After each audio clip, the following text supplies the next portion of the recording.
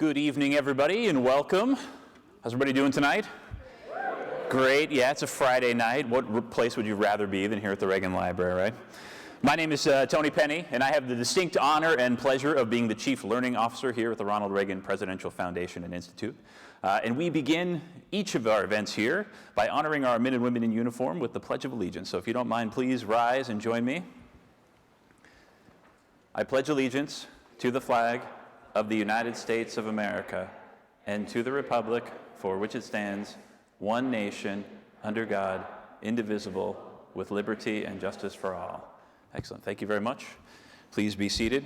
Well, it's amazing to see so many familiar faces. I just want to kind of get a sense of who has been, this is not their first program. So if you've been with us as part of the Discovery Center, if you've been on a field trip here before, can I just see how many of you have been here before for a field trip? Excellent. How many of you have been a part of one of our programs, or the Youth Town Hall, or the Student Leadership Program, or something like that? Okay, a lot of hands. How many of you have we helped support your college education by awarding a scholarship to you? How many of you got a few scholarship folks? And how many of you have been a part of our Washington, D.C.? Anybody from our Washington, D.C. LTAP program? Excellent, look at that. All right, so we got a whole range of familiar faces. And if you didn't raise your hands for any of those things, I fully expect that next year at this time, you'll have your hand up in the air and you'll join us for one of those programs or come here for a trip at some part. And actually, by being here today, you can say, hey, I was here. Right? So next year, everybody's raising their hand. So we are gathered together over the next few days for the Reagan Leadership Summit. And Summit, as those of you who are familiar with hiking and mountain climbing are no doubt well aware, means the top of the mountain, the peak. And it takes a lot of hard work, a lot of energy, a lot of planning, and a lot of commitment to make it to the top. And so I want to begin today by thanking those whose work behind the scenes has made this experience possible for all of you, our trailblazers. So first I want to thank our staff, the members of our education team. On the events side, Whitney, who's in the back, who doesn't like it when I thank her. On the program planning side, Rebecca, who's right here in the front. Let's give the entire team a hand. They've been planning and working very hard.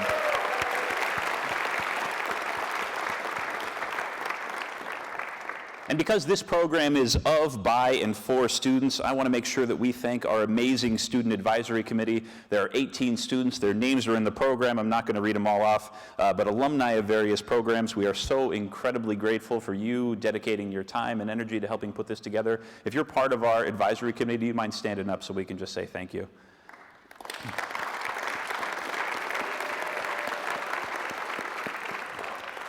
Thank you very much. So our theme this year, Uniting the Divide, is a really, really important theme. A 2017 poll by Pew Research showed that the gap between Republicans and Democrats across 10 political values has more than doubled since 1994. This gap is much larger than when you look at those same values from the perspective of race, religion, age, or gender. We are a divided country. And according to a number of studies, that gap is both accelerating and growing. And the way that plays out in the public sphere is often very difficult to watch. So what can we do? If for more than 2 decades, longer than many of you in this audience have been on this earth, we've been moving farther and farther away from one another, what can any one of us do about it? What can all of us do about it? It feels a little bit overwhelming. Well, got some good news for you.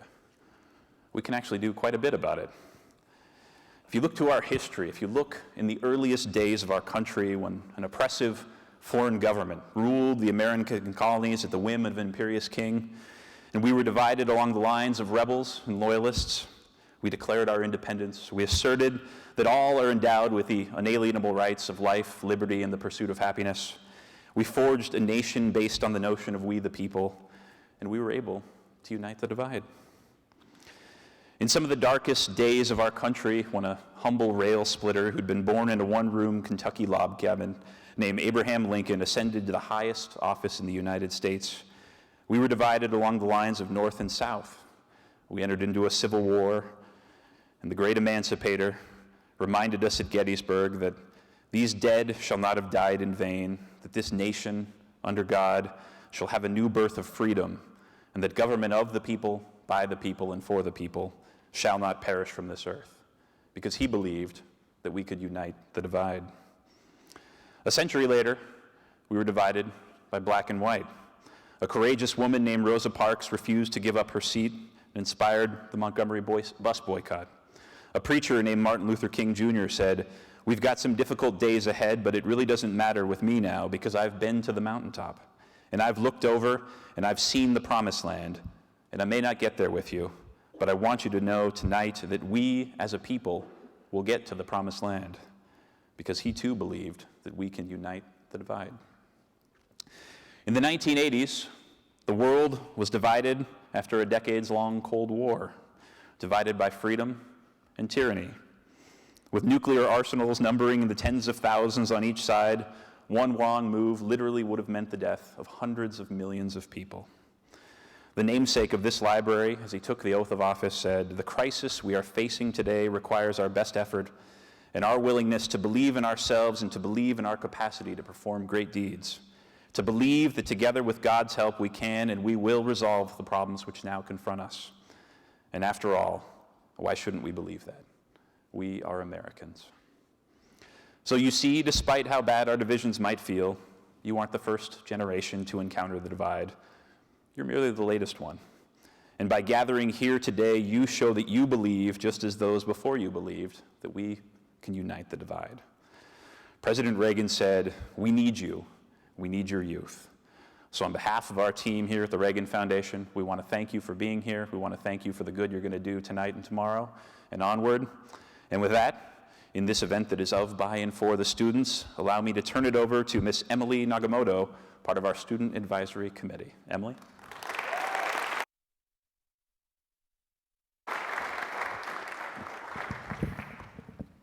Thank you. Hi, everyone. I'm so happy that you're all here today. My name is Emily Nakamoto, and I'm a junior at Newbury Park High School. I'm a part of the advisory committee that put on this event, and some of you may know me from being an SLP student and an ambassador and at the Leadership Summit last year. One of the things that I love about the Reagan is how many events they put on and how welcome I feel every single time that I step in here. It makes me feel like I'm a part of something bigger and that I can really make the world what I want to see. So I invite you all to keep coming back and to keep calling Reagan your family. Even if you have no idea who I am, one of the things that I want you to know is that I think one of the most important things about leadership is empathy. Probably not a word you guys have heard very often. Empathy means to feel what another person is feeling. It's like the next step beyond sympathy. But it is so much more than just feeling sad when someone else feels sad. Empathy means listening to other people, trying to understand what they're going through, seeing their point of view of things. It's asking questions about what other people think, and it's really an essential part of leadership. Because as a leader, you have to help everyone that you can, not just those who agree with you or those who are your friends or something. Think about it. If everyone practiced a little bit of empathy, what would the world be like today? People wouldn't just jump to rash conclusions or condemn those who disagree with them. There would just be so much more kindness, peacefulness, and acceptance around the world. Our theme this year for the Reagan Leadership Summit is Uniting the Divide, and I wanted to talk to you today about why we chose this theme, what's so important about it. There is a division among people of different views now more than ever before. There's this polarization across the country and across the world, and it's really solely because of different points of view. The only thing that division brings is the breakdown of people and our society as a whole. But how do we heal this division? How do we unite this divide? Empathy. When you consider what other people's thoughts and feelings are, and you act accordingly, suddenly those differences in viewpoints aren't so significant anymore, and you can accomplish so much more. In today's political climate, empathy isn't the only thing you need, though. You also need good communication skills. If you can't listen to others or express your own opinions, how can you get anything done? How can you make sure that everyone reaches the same understanding? And of course, you also need civility. There are going to be people that you disagree with and that disagree with you. I'm sorry, it's bound to happen. But everyone deserves respect, and everyone deserves to be treated with civility. These 3 tenets are the foundation of the summit this weekend. We want to provide you with these skills of empathy, communication, and civility so that you can go out into your own lives in your own community and employ them. We want you to leave this summit and make a positive difference in the world around you. We want you to unite the divide in our communities, our country, and our world. Thank you.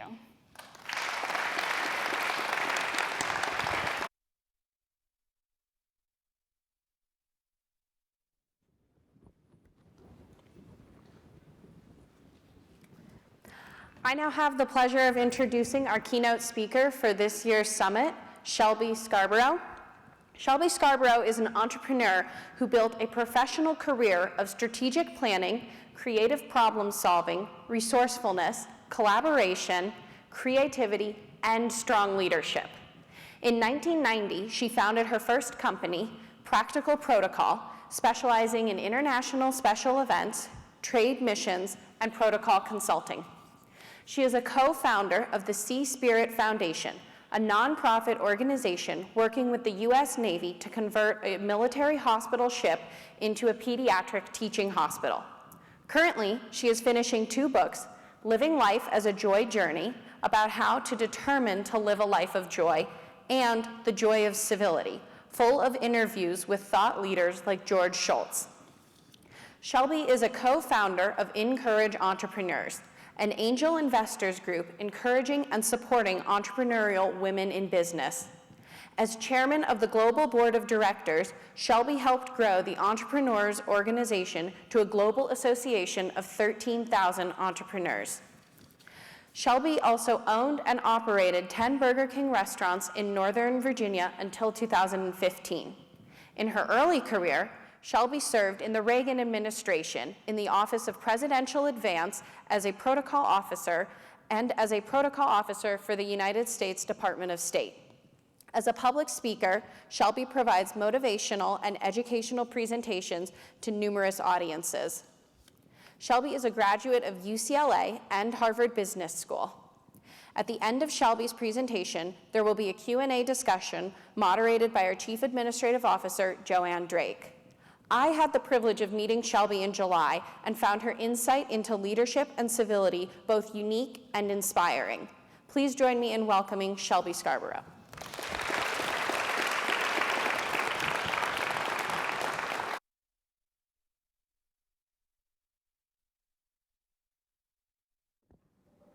Hi, everybody. How are we? Friday night, right? And I'm going to do it without a podium. Let's see if I can get it done right. I'm so happy to be here. You know, when I just walked in with Joanne, I looked outside, out at the vista here. If anybody has not seen it yet, you'll see it tomorrow. The sun was amazing. It was this, did you see it? The sun was coming through the clouds, and there were these rays coming down. I mean, it was magical. And it made me remember that quote of President Reagan's, you know, and I think of it as the shining museum on the hill. This is our special place, and I feel really, really at home here. I helped Joanne and a lot of other people open this museum, and then we helped open the Air Force One Pavilion. It's been a fantastic memory for me, and I can't be more thrilled to be here to talk to you tonight. So let's talk. What are we going to talk about? Civility. After all, even Emily was saying, civility is about communication. So let's talk. What is civility to you? This is the interactive part. So I'd like to ask anybody just to shout out what civility is to them. What does it mean to you? Anybody? Respect. Anything else? Decency. What did you say? Integrity? Very good. What? I'm sorry? Composure, right? Keeping yourself composed. Very good. Anybody else? Understanding. So empathy, right? Compassion, empathy, very good. You know, it actually started a long time ago, this concept of civility, and it's called the Golden Rule. Does anybody know what the Golden Rule is? Yes? Okay, who's going to tell me? How simple. It's actually biblical. It's from the Bible. Treat others, do unto others as you would have done unto yourself. I mean, that's so simple, isn't it? Because nobody wants to be treated poorly. So if you just treat others like you want to be treated, then we're done. And I can walk off the stage and we've solved the problem. But for some reason, we can't quite get it through our head exactly what we need to do to get along with our fellow man. So let's talk. Let's talk about George Washington, the founder of our country. When he was about 15 years old, he transcribed or translated from a French etiquette book, like a 14th century French etiquette book. He wrote the rules of civility. There were 110 of those rules. Some of them are kind of funny. They're things like, thou shalt not put thy feet in front of thy fire, especially if there be meat before it. Well, we don't really worry about that too much these days. Or don't spit on your guest. Well, actually, it might be nice if you stand far enough away that when you're talking, you don't know spittle is, I think, the way it's put. So some of them are humorous to us now, but I looked at all of those rules and I kind of boiled them down to some of the basics of what civility is. And it's many of the things that are on the list that you guys just said. Respect, trust, integrity, duty, honor, generosity of spirit, gratitude, and courtesy.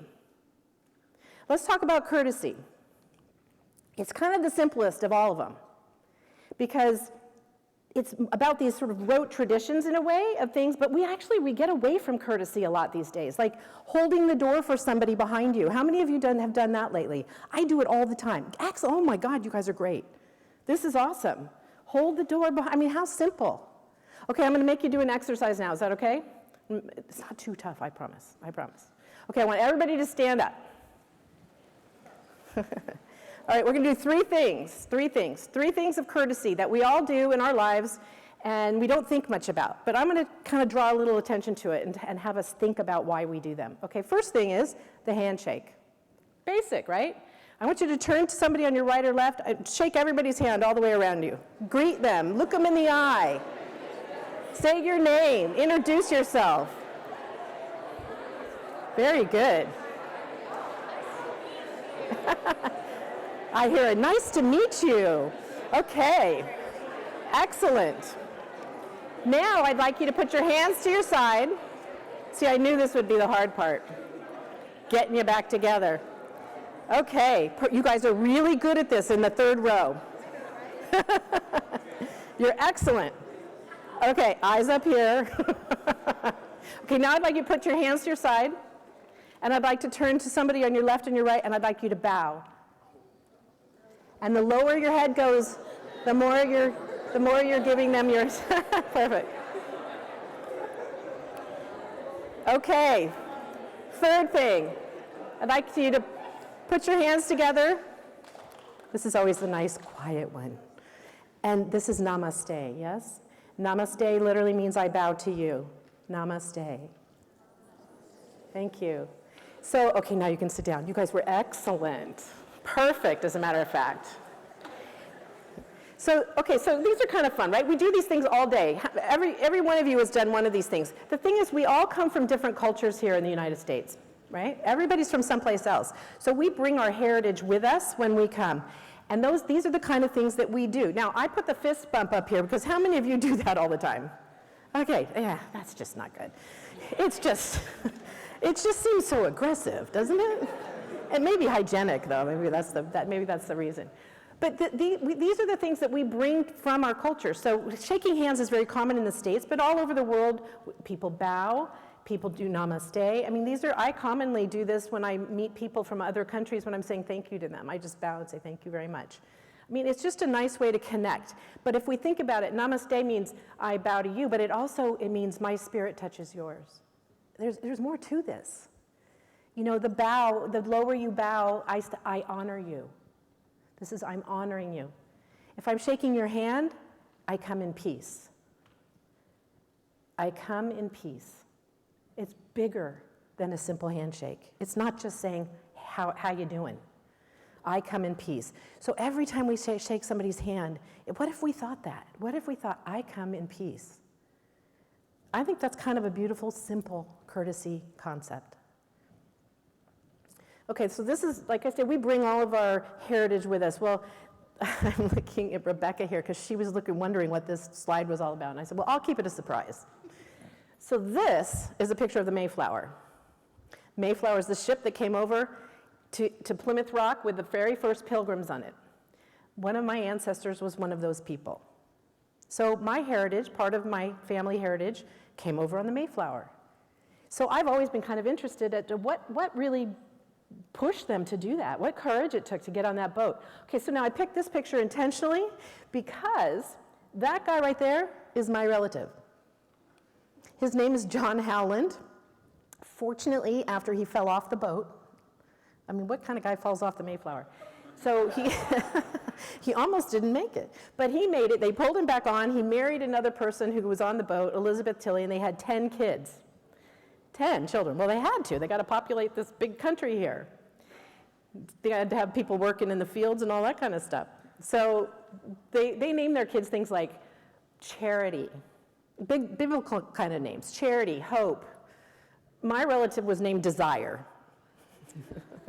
And I always thought that was kind of funny. But considering the persistence that this guy had to actually make it to the United States, and that his daughter was named Desire, and I come from that stock, I think that we have a pretty persistent breed here, where that we've got some good stuff going on, and we're going to be around for a long time. But what happened is people who came over to this country came here for a reason. They came here for freedom.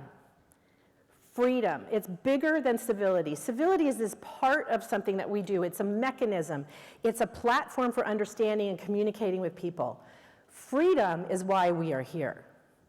Why everybody in this room is here, basically. Why all of your relatives came to this country. What we stand for. What President Reagan stood for. But sometimes I give him credit for this, and I'm not totally sure he said this, but I give him credit, which is that it's not freedom from responsibility. We tend to forget these days, and I think that's part of the civility problem. Civility, the divide, is that we kind of walk away from our responsibilities. We've got so much freedom. We are here to pursue our own destinies. This is, they came over here for religious freedom, freedom from aggression, freedom to worship as they please, freedom to follow their own destiny. And we have a great life here. It's not perfect, but it's a pretty good life in this country. And to be grateful for that and understand that we have a lot of free time to do things like fight with each other. There's a lot of other places that don't have enough to worry about to getting into big political discussions or worrying about civility because they're just trying to survive. So in a way, we have a luxury of freedom and to work on civility. And therefore, it's our responsibility to not take that freedom lightly. It only takes a moment at a military cemetery to understand the cost of that freedom, the price it takes to keep us free. And President Reagan was all about that. He knew that to his core. There he was. What a guy. I'm going to get a little verklempt here, and I'm kind of serious. I hope I don't burst out into tears. My friends say I leak joy when I'm crying, when I tear up. So there he is. That's the man. That's the reason that we're here. The reason this building is built, the legacy of this man who was an incredible person. And Joanne and I had the amazing, amazing honor of having worked with him, having been able to be in his presence, to listen to his speeches firsthand, and to understand the legacy and the depth to which he brought people together. And here's the key. We can talk about civility, we can talk about the politeness, the courtesies, those kinds of things. But really what it comes down to is he knew what he stood for. He knew who he was and what he stood for. I think we all need that. But the difference is he knew how to communicate, the great communicator. He knew how to communicate his thoughts and what he stands for. He knew how to communicate that to people without having them tip over, without having them run out of the room screaming, without going to a separate corner. He could have the attention of his adversaries, of people who, like Tip O'Neill, who's in the back of the room, who used to be the Speaker of the House. They were incredible adversaries politically, but they could talk to each other and joke, and they could argue it out and still go out for a beer afterwards. In fact, every St. Patrick's Day, we set up events for them to go and have a green beer together because they were both Irishmen. You know, it's about that. It's about finding your common bond with those people. For them, it was the Irish in them.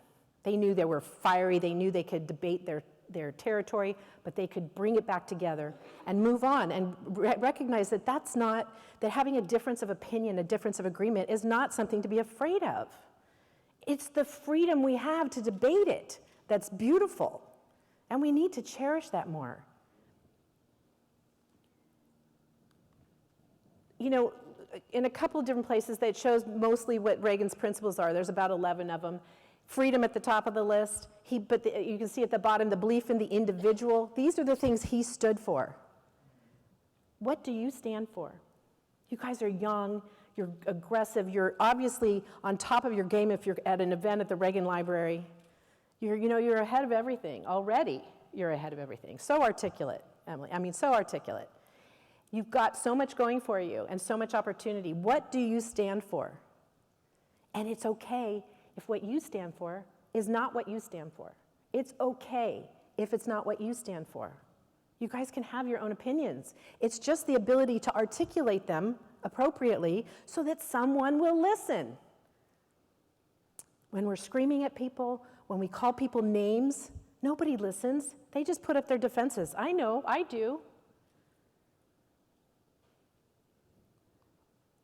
This is who he was to me. When I look at all of the values that we talk about that George Washington pulled out of that rules of civility, this was Ronald Reagan to me. This was Ronald Reagan to Joanne. I can see I can see your face right now. This is the man that we knew, that we loved, that taught us so much about life, because it was some of our first jobs. It wasn't Joanne's first, but pretty close to her first job. My first job out of college, working for the President of the United States. Pretty, awe-inspiring, pretty humbling for sure. And what we learned is it's not about us. We served at the pleasure of the president. And everything we did was meant to make sure that he got his job done the way he needed it done. It didn't matter what we thought or wanted. What we were there to do was make him shine. And he didn't need a lot of help with that because he did it on his own for the most part. We just made sure he got where he needed to go. Us and a lot of other people who were part of that team, an amazing team of people, an amazing tribe. Okay, so let's talk. Let's talk about the tougher part of civility, trust and respect. Courtesy, okay, shaking hands, we got that down. But what's trust and respect? How do you build that? You can't demand that. I always like that song, Don't Worry, Be Happy, right? I mean, trust me. Who believes that when somebody says, trust me? Okay, that's like your first indication you better watch out, right? You have to earn it. We earn it by being loyal, by being on time, by coming through with what you say you're going to do, by having the integrity that we talked about earlier. That's how you earn it. All right, so these two guys, who can tell me who the other guy is? We know Ronald Reagan's one of them. Who's the other guy? Mikhail Gorbachev. All right, so just a little history lesson here, because I can't believe that this room is entirely filled with people who didn't know either one of these people, who probably weren't born yet, right? All right, so Mikhail Gorbachev. Before him, there were leaders of the Soviet Union that kept dying. They just kept falling over. And President Reagan kept saying, I'd like to have a conversation with these people, but they keep dying on me. So along comes Mikhail Gorbachev, and he's a younger guy. He's actually a younger guy. And what's funny, there's a story behind this picture with the no coat with President Reagan. Look how virile and young and strong he looks. And he's much older than General Secretary Gorbachev, much older. But look, there's a kind of that's a whole nother discussion, but the perspective that can be built into pictures. They met each other. They finally said, let's talk, okay? Let's talk. Let's get together. Let's talk. So they did. They talked several times. They went back and forth. They were in Reykjavik and in Geneva, in Moscow and in Washington. They walked away from the table every once in a while. But they formed a rapport and a friendship. Look at their body language down here. They're in rapport there, that they're facing each other, their legs are crossed, they kind of mirror each other. That's one of the signals, I think, that you can tell that they're in rapport. So that means they're hearing each other. That means they're paying attention, they're understanding, they're showing the empathy, the compassion, that kind of thing, to be able to have a very serious conversation about very, very serious issues for the entire world. Thank God they were getting along.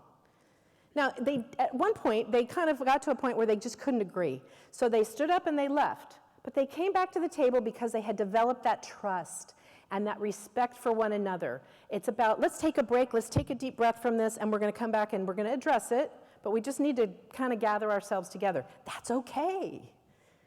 The point is they came back to the table and they continued to talk.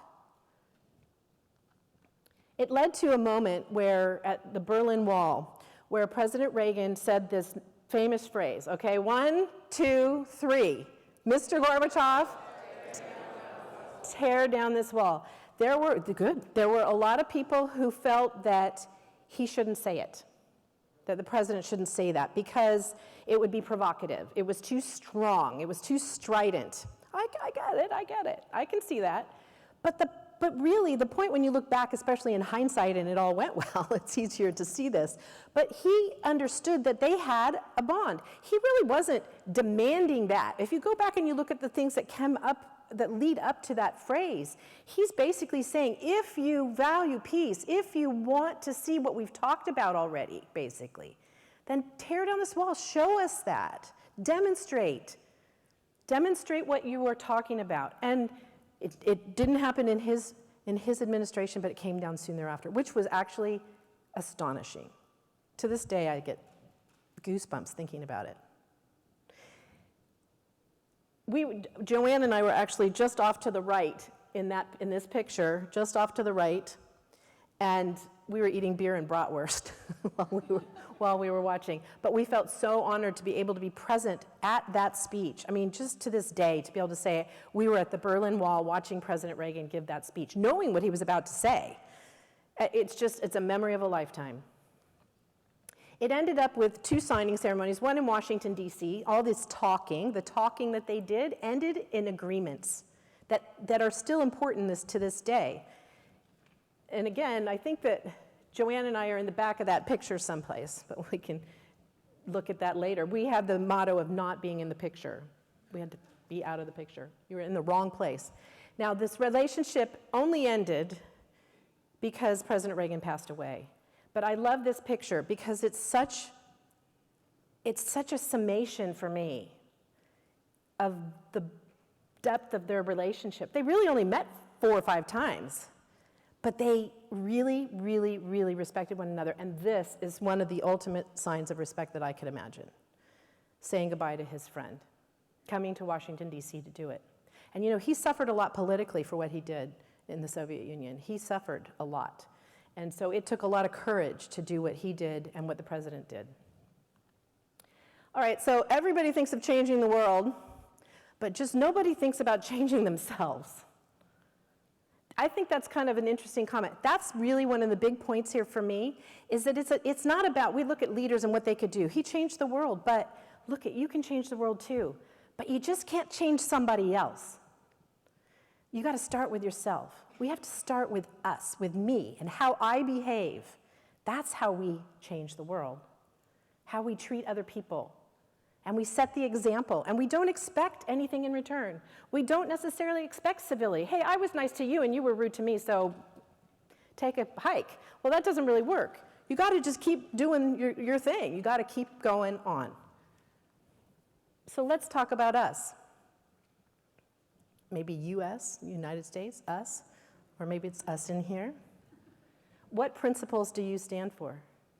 I asked that earlier. Think about it. This is a great place to start thinking about what you stand for. Over the next 2 days, you're going to be talking and listening to a lot of people. Think about what it is you stand for. Write it down. Be prepared to defend it in a civil way. Know your facts. Do your homework. I think part of what happens is we hear so much in the news and we spout back what we've heard and we don't really take the time to do our homework on these things. So really understand who you are and what you stand for. So I have decided about, I don't know how many years ago now, but I decided I believe that civility is a practice. It's not a light switch that you turn on and off. It's not something that you just go, okay, I'm going to do this today and not tomorrow. It's a lifetime practice for me. So this is what I kind of wrote my own little code of what I try to do. Setting aside pride and ego is a big one. It's hard. It's hard. President Reagan said, there's no limit to what a man can do, how far he can go, as long as he doesn't care who gets the credit. Actually, he didn't say that. Another president said it. He had it on his desk, and he gave them the credit for saying it. But he gave it to me in a replica when I left the White House and went to the State Department. I still have it to this day. It's etched in glass.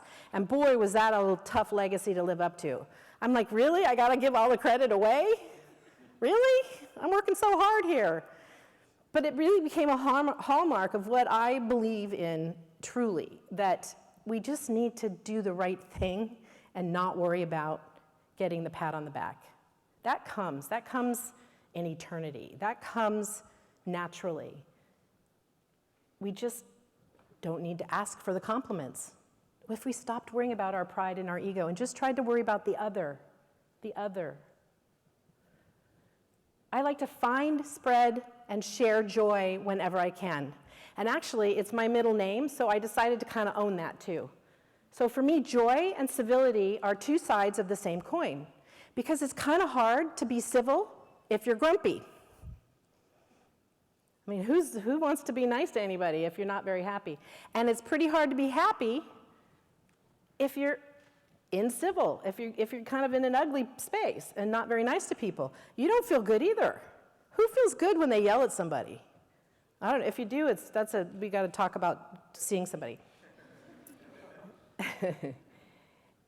And I like to seek solutions for the good of the whole. What's going to be for the best for everybody? What's a win-win? You know, it's not a zero-sum game. It's not win-lose. It's win-win. And that takes compromise and patience. Patience is a very big part of this.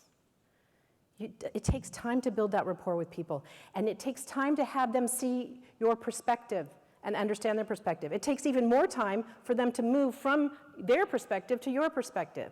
And if it's forced, it doesn't work. All right, so here's your mission. Just be the change in the world you want to see, right? Only by Gandhi, just be the change. But this is an opportunity today, this week, this weekend, for you. Because as Ronald Reagan said, once you begin a great movement, you never know where it's going to end up. He meant to change a nation, and they changed the world instead. Today, tonight, tomorrow, you guys have this amazing opportunity to do something about this.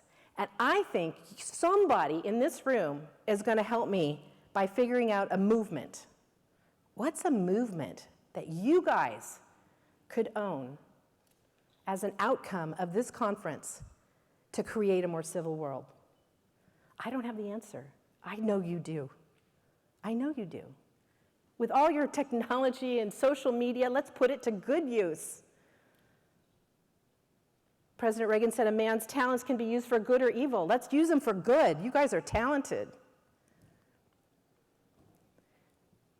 George Washington's last rule in the book, the 110th rule, says, labor to keep alive in your breast, that's a little spark of celestial life called conscience. This is the deeper part of civility. It's not mechanical. It's about who you are. It's about having a belief in something greater than yourself, something to work towards, something to aspire to. And we can all do that. You've done it already by showing up here, and you're going to carry it through the next day or so. So what I've done is, there's this talk a lot about tribalism and how we're all splitting off into our own tribes, and then we're not talking to each other.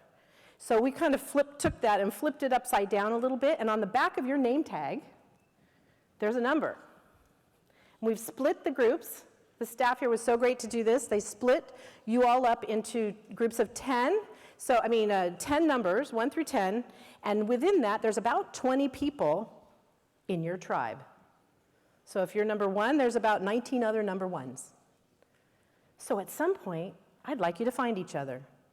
In the next room tonight, there's an opportunities fair, which, by the way, whoever named that, brilliant. Was it Cole, I heard? Somebody? That was brilliant. Opportunities fair. What a great, uplifting way to put that. And there's a conversation area, which I love. So go find your tribe. But in the meantime, meet everybody else that if you're a 1 and you find a 6, ask them about themselves. Ask them what they stand for. Ask them what brings them joy. Ask them substantive questions. Ask them why they're here, what they want to learn. Get to know them. Remember their name, because you guys are bound together now by this great event. And just like Joanne and I, who you'll get a chance to talk to in a second, we have this bond that goes back 100 years, and it'll never be broken. And you have that opportunity here to create those kind of friendships to go that far forward. If you take that away from here, how can the world be uncivil? You start, you spread it. Okay, so, so now, all right, so how many people in here consider themselves to be a shy person? Okay, look around at the shy people. I'll raise my hand, because I am. Okay, you're a shy person. So make note of the person who's got their hand up, because I want somebody in this room to walk up to each one of those people and shake their hand and make them feel less shy, less uncomfortable. Got it? Okay, that's another tribe, right? There you go. Somebody's already shaking hands.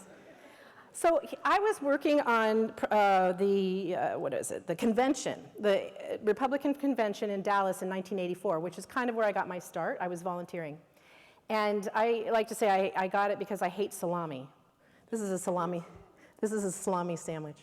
So they were serving these disgusting salami sandwiches. I mean, they were really gross. They were flat, and they were stacked up in a box like this high, flat in that it just smells like this plastic wrap that just smells gross. I don't know if it's it's horrible. And pickle juice was dripping all over it and everything. It was disgusting. I mean, who wants to eat that? But this was what we were being served for all of our hard efforts trying to get Ronald Reagan reelected, right? But I was one of 2,000 youth volunteers. So there were 2,000 of people just like you. And I was feeling like a fish out of water, you know? I mean, I don't know anybody. I flew to Dallas not knowing a soul, and I walk into this room filled with people who seemed to all know each other, and they didn't. They didn't know each other. But I felt a little out of place. I didn't know what to do. So I kind of used this I hate salami thing to my advantage, and I didn't really realize it at the time, that it just changed my entire life, or that it was about to. Because I got on the other side of the table and I started handing out the salami sandwiches. I had to wash my hands a lot afterwards, but it was definitely one of those moments, because when I look back, that was the door, that was the doorway, that was the trigger to the next stage in my life. And that could be this weekend for you. So let's talk. When we leave here tonight and go in the next room, let's talk. Let's start the communication. Let's talk about what our common grounds are and what our differences are. What we believe in the same, that's easy to be civil when we all agree. So let's figure out what we don't agree on, and then practice talking it out. And you can leave this place with some extra skills to be able and teach your friends. And one by one, maybe we can make a difference in the world. Thank you. Joanne. And this is my friend, Joanne.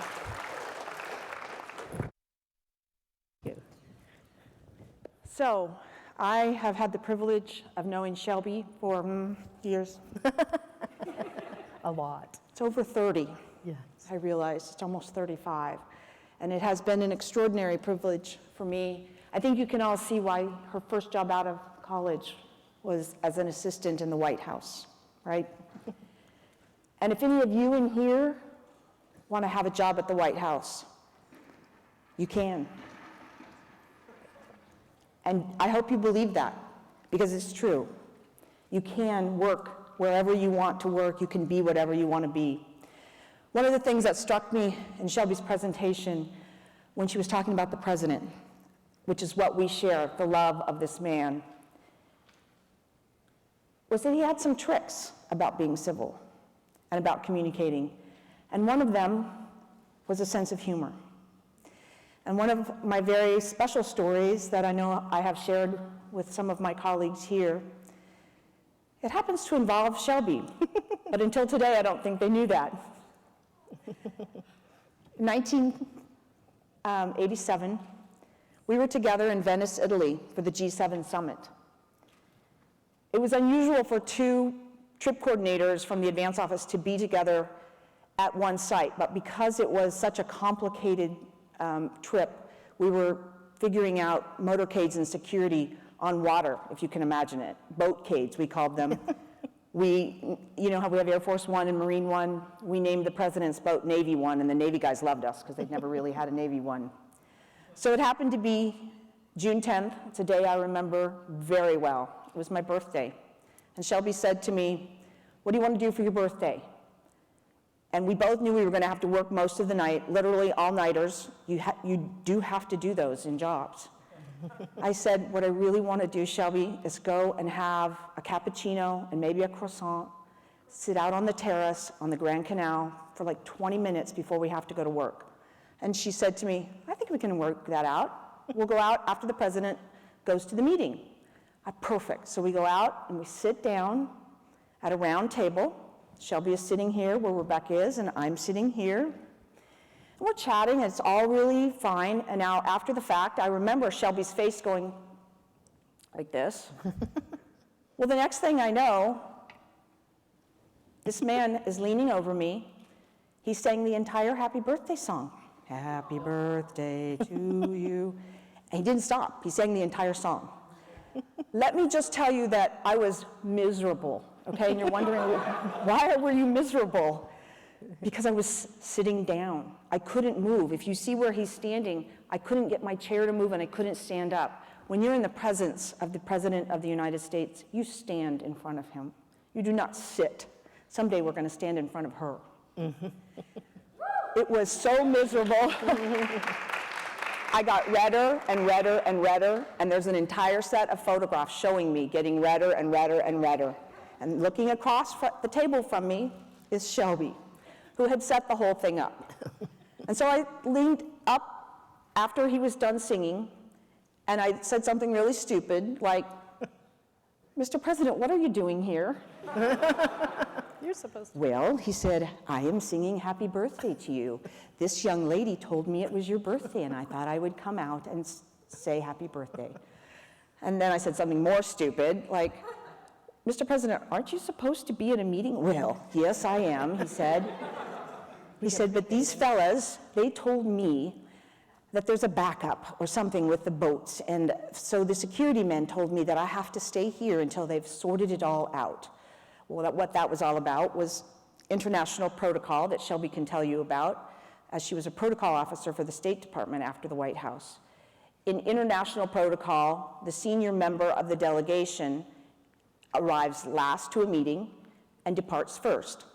Well, in the 1980s, Ronald Reagan happened to be the senior member of the delegation, although Margaret Thatcher had been in office longer. Does anybody know why Margaret Thatcher would not have been the senior member of the delegation even though she had been in office longer? She was not head of state and government. She is only head of government. And Ronald Reagan, as the President of the United States, is head of state and government. That made him more senior than Margaret Thatcher. So what it meant was they had held him up from going to his meeting because a certain gentleman from the land of France was playing games with protocol that day and was trying to arrive last. So Yes, that happened. our protocol people got a little irritated, and they passed along the message that the president needed to wait. And so Shelby went and asked him politely if he could come and just say happy birthday to me. So instead of just saying happy birthday, he sang the entire happy birthday song. And to this day, she is my best friend of the White House. What a great way to do it. Someone I should not like very much for embarrassing me to death, but it was a day that I will never forget. And for me, it showed the light side of Ronald Reagan, which you saw a lot. He loved a joke. He had such a great sense of humor, and he was always up for a little practical joke, much like this. We are going to take questions from you. I wanted to start one off with Shelby, to have her tell you a little bit about one of her favorite days, not just serving President Reagan, but Mrs. Reagan and members of the family. Large, furry members of the family, I think.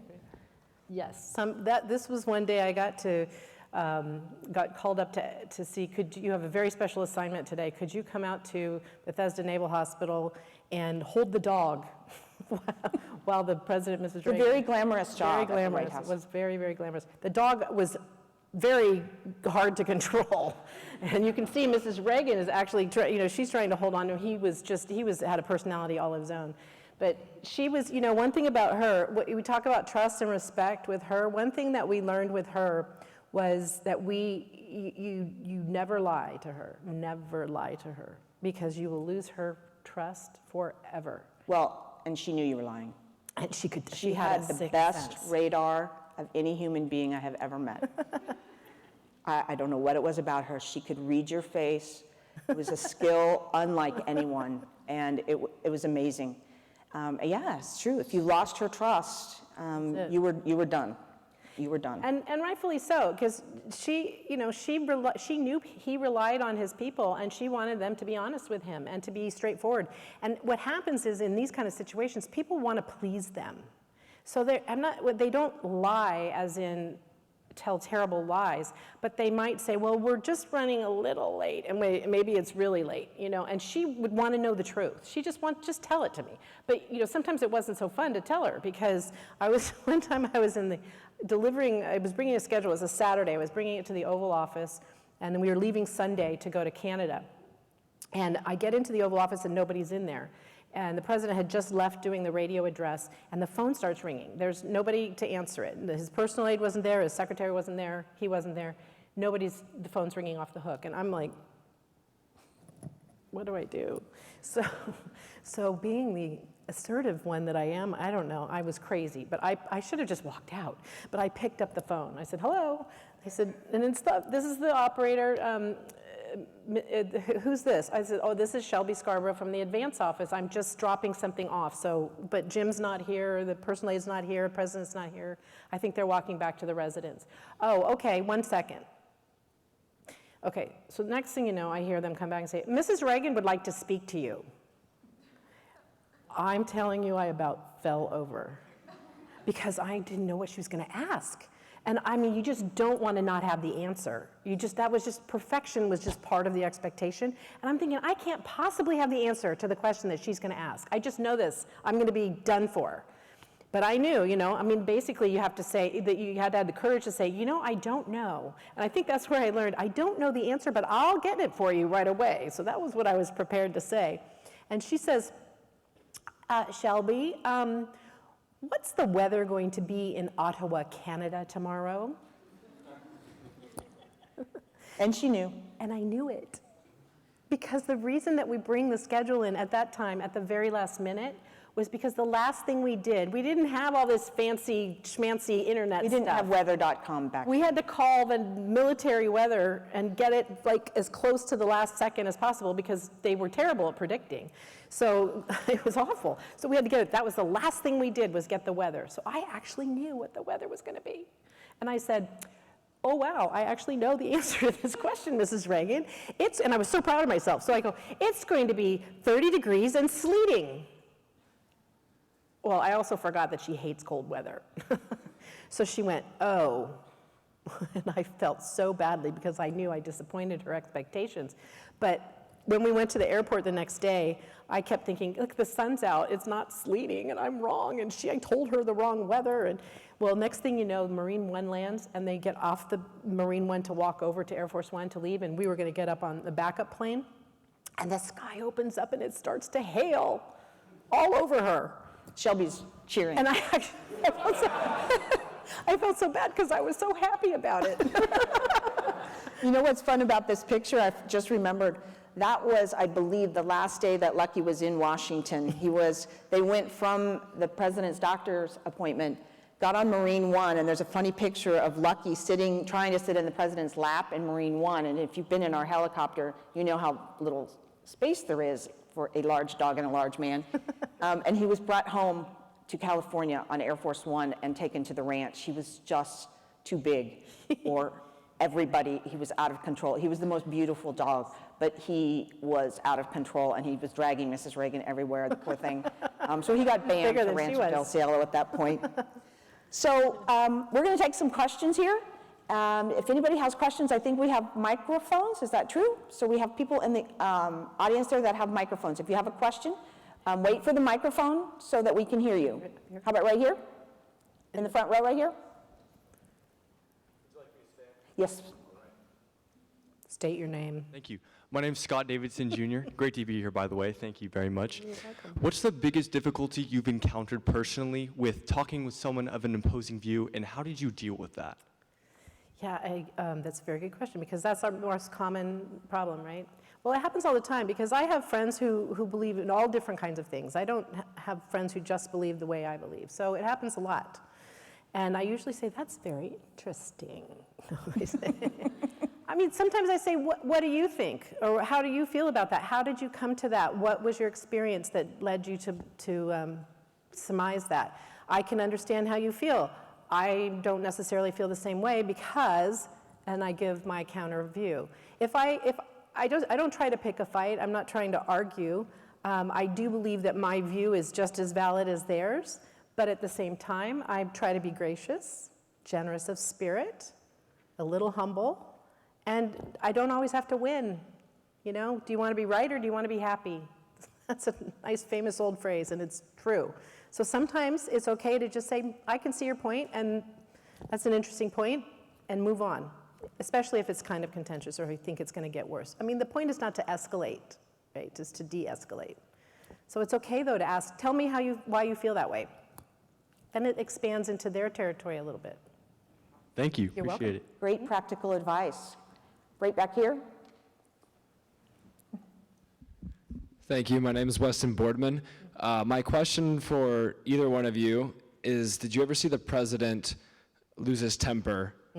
And what happened after that? What was the fallout, and what did he do to regain composure? You got more than I do, probably. He was pretty good-natured, but he did get every once in a while. He did every once in a while. You know, I saw him get angry a couple of times when the press had mistreated Mrs. Reagan.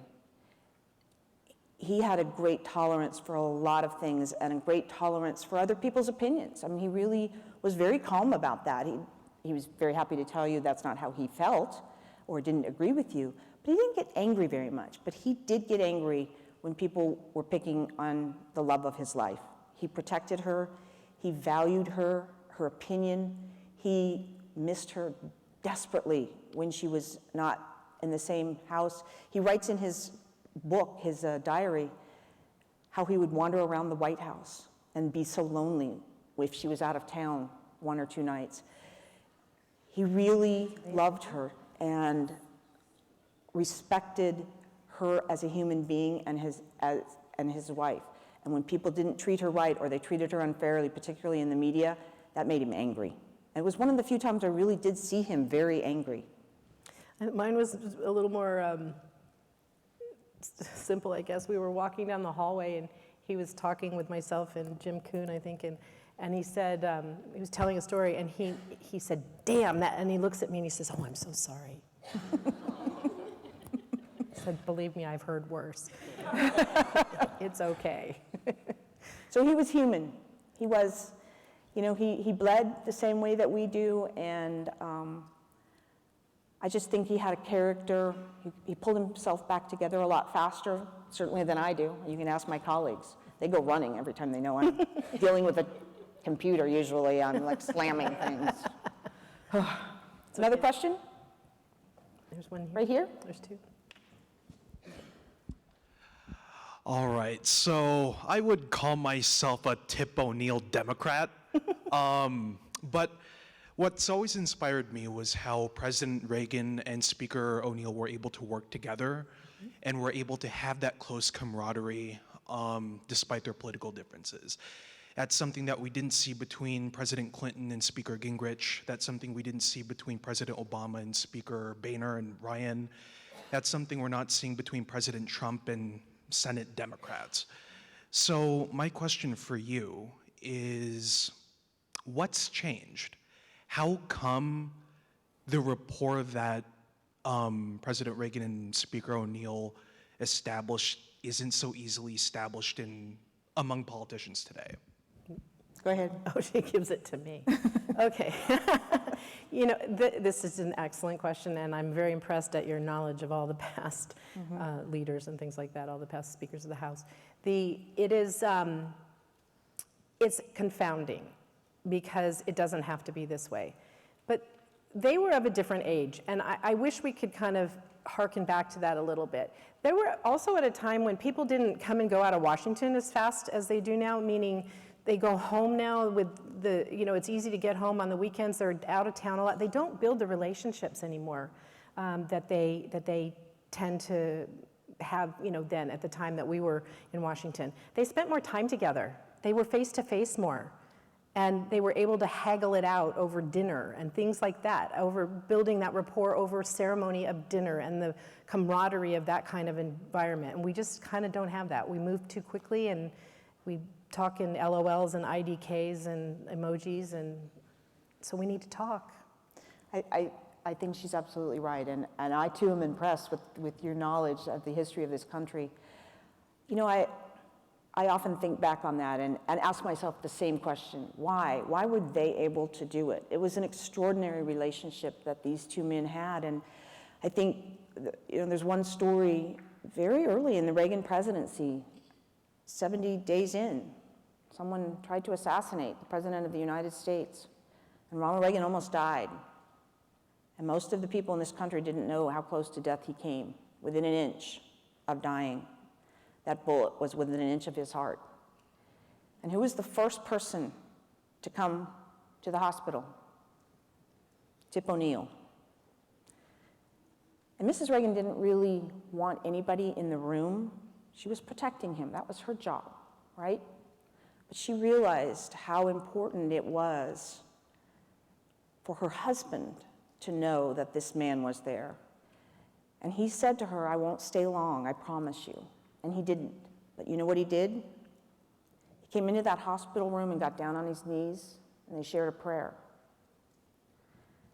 And he said, "My heart is with you, and this country is with you, Mr. President. I know it's going to be okay." And he left. That says a whole lot about a man and his personality and his character and what he thought of Ronald Reagan. And they were as far apart in politics as you could get. But I think the one thing that I saw and that I think about when I think of those two men, they did spar. Every day they sparred. There might have been a few names passed back and forth that didn't resemble Ron or Tip. But they had the goodwill and the thought of this country in their mind at all times when they were sparring. What they wanted was to make this country better. They each thought that they had the answer to that, and that's fine. That's what negotiation is all about. And like Shelby, we just need to talk to one another, and I think baking bread is a great way to do that. The Reagans spent a lot of time hosting state dinners and having members of Congress to the White House, much more than has happened in the last 20 years. I think probably if you went and counted all the times that the Reagans had them, probably are more than all of the other 20 years put together. They appreciated the fact that you had to talk to people and that people were valuable. The President loved people. He loved people. He would have loved being here and seeing you. He did not care if you were the janitor or the Queen of England. He loved what you brought to the table, and he wanted to know what your passion was. And so that's why he was a great communicator, and that's why he was a great person to sit down and talk to. He had a great joke all the time. He had a great story. He wanted to know who you were, where you were from. That's missing. They're so intent on getting credit for something.